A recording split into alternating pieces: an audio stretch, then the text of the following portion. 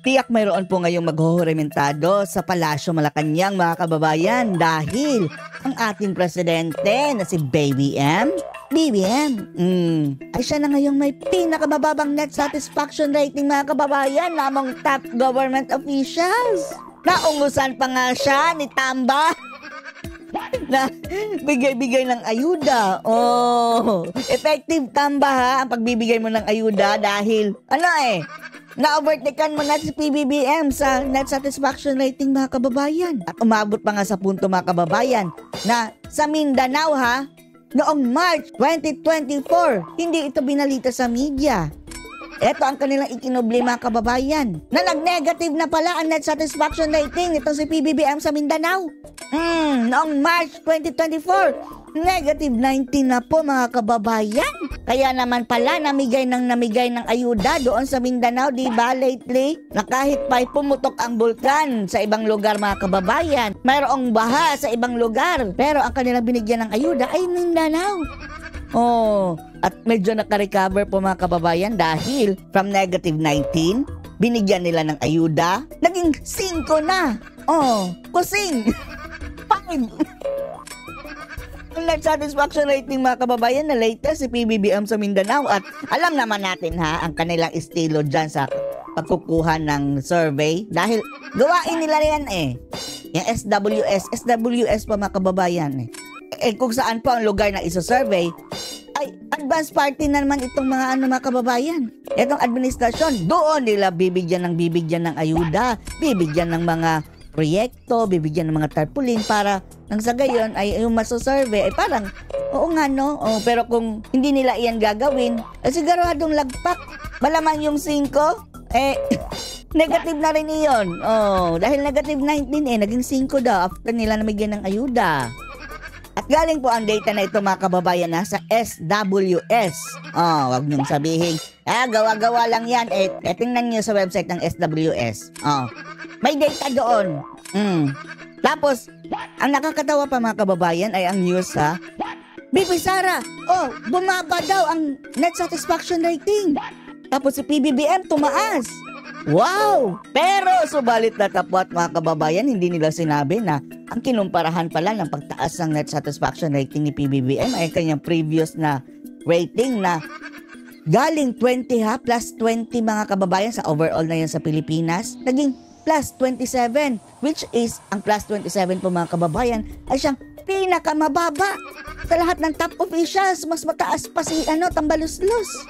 So tingnan nyo ito At nakagulat mga kababayan, ang number 1 po mga kababayan, na highest na ngayon is si waiter, Chase Escudero. Dahil namamangkas sa dalawang ilog ito si Chase Escudero plus 47 po ang kanyang net satisfaction rating mga kababayan. Naungusan niya si VP Sara na VP Inday plus 44. Ang binalita sa media, Sara, bumaba ang net satisfaction rating. Tapos si BBM tumaas. Pero tumaas kay PBBM, hindi nila sinabi mga kababayan na si PBBM ang may pinaka-lowest of all the top officials. Sara plus 44. Si waiter plus 47 dahil kumbaga sa mga kababayan, double blade. Namamangkas sa dalawang ilog mga kababayan, pero alam naman natin hindi yan ang mga officials talaga mga kababayan, galing yan sa taas, pababayan ng pababa, except lang kay President PRRD dati na kahit pa'y bumaba siya sa pwesto, mataas pa rin. Pero etong kay Chase Escudero waiter, ay bababa pa yan. Si waiter na ang number 1, tapos sinundan ni VP Sara. Ang pangatlo mga kababayan ay ang Chief Justice. Plus 32. Second quarter ito until June this year. Tapos ang pang-apat, si Tambayuda ng mga kababayan. Diba? Plus 29. Effective Tamba. Effective. Ang pamimigay-bigay mo ng ayuda dahil sa ang mukha ng ayuda mga kababayan nagbubuhat ng mga sako-sakong bigas, Romualdez rice, bigay dito, bigay doon with all the pictures. Tapos yung ang sabi, alam na nila mga kababayan kung saan ang isa-survey. Kaya doon nila binuhusan ng ayuda. Yan po raw ang daya dyan mga kababayan, na mayroong leakage ang mga nakaupo dyan sa kapangyarihan kung saan ang isa-survey ng isang survey firm at doon nila bubuhusan ng ayuda. Magpapabango sila doon dahil gusto nila tumaas eh. Tapos ito si BP Sara, doong na lugar, sisiraan nila ng sisiraan. Number 4 si Ayuda mga kababayan ha, Romualdez. At ang panglima sa lahat ng pinakamataas na opisyal ng gobyerno, lowest mga kababayan, ay si PBBM. Plus 27. Grabe no. Galing yang, di ba dati mga 60, 70s yan? 3 beses ang bagsak mga kababayan. Kaya mayroon po mag-rementado dito sa palasyo. At ang nakakatawa lang mga kababayan ha, ay ang manner of reporting nila dito ay parang kinukubli nila itong pagbaba ni PBBM. Sineparate nila ng news. O dito SWS ha, 4 lang ang kanilang inilabas mga kababayan, hindi nila sinali ang presidente dahil makukumpara na kahit pa si Tambaluslos ay mas mataas pa ang net satisfaction rating kaysa pa PBBM. Unang artikulo nila ha, SWS, andun yan sa website nila, ay 4 lang. Si Sara, si Waiter, si Tambayuda at saka si Chief Justice. Tapos yung mga mga kababayan, yung mga bayarang media at Sara bumaba daw sa trust rating. Pero plus 44 pa rin mga kababayan. Tapos sa ibang release ng SWS mga kababayan, PBBM up na daw, up daw mga kababayan ng 7. Galing 20. Diyos mio, ganyan sila magbalita mga kababayan. Kunwari tumaas pero galing palang 20 noong March. Plus 27 ha, which is kung inyo talagang iisipin ay kung sa lahat na yung plus 27 ang pinakamaliit mga kababayan. Ganyan maglaro itong mga bugok na ito akala nila hindi natin mahuhuli. Tapos tingnan natin ha ang graph galing mismo sa SWS. Tingnan natin ang graph. Eto kay PBBM na ito ha, isipin nyo na lang mabuti mga kababayan. From October, etong graph tingnan nyo, is getting pababa ng pababa. Pababa. Until mga kababayan, tingnan niyo itong green. Ang green ang Mindanao mga kababayan ha. Noong March, nag-negative 19 si PBBM. Sa Mindanao. Negative 19. 4. Sa net satisfaction rating. Kaya huwag kayong magtaka mga kababayan ha. Namigay ng ayuda, di ba? Lately, binuhusan ng ayuda ang Mindanao. At yun, after nun mga kababayan, after niya nag-negative 19, sa June 2024, naging 5. Kusing. 5. Dahil, may magic sarap Ewan na natin kung anong ginawa. Ang sabi ay, yung sinorvey, ay yun din ang mga nabigyan ng ayuda. Umangat ng konti.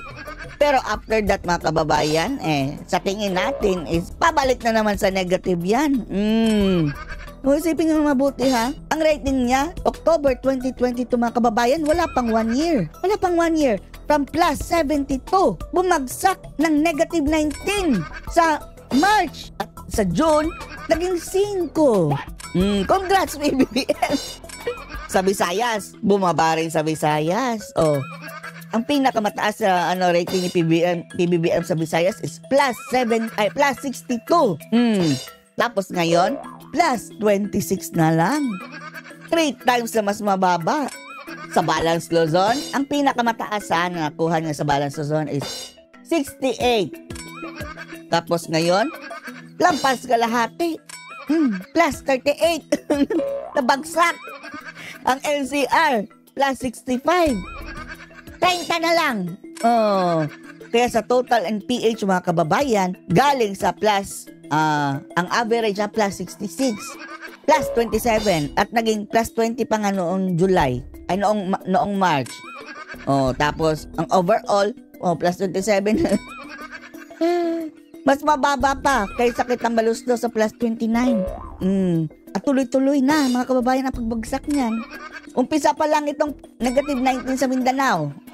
Dahil hindi pa yan nagre-resign si BP Sara Duterte. Ano na lang kaya later on? Pwera na lang mga kababayan kung dadayain. Alam naman natin kung ano ang galaw ng mga halimaw. Siyempre, gagawa yan sila ng paraan mga kababayan para iangat ang rating pero hindi na nila maluloko ang sambayanang Pilipino dahil ang totoong rating mga kababayan, ang totoong survey ay talagang tayo mismo, tayo, na hindi na survey ng SWS. Alam natin kung ano ang kaibahan talaga na wala na talaga itong administrasyon ito mga kababayan. Puro ayuda, utang, lustay, pasarap. Sila lang ang nagsama-samang naging milyonaryo mga kababayan pero ang sambayan ng Pilipino, naganda hirap na. Anong masasabi niyo dito na si PBBM na ang lowest rated na top government officials sa Pilipinas? Post your comments below.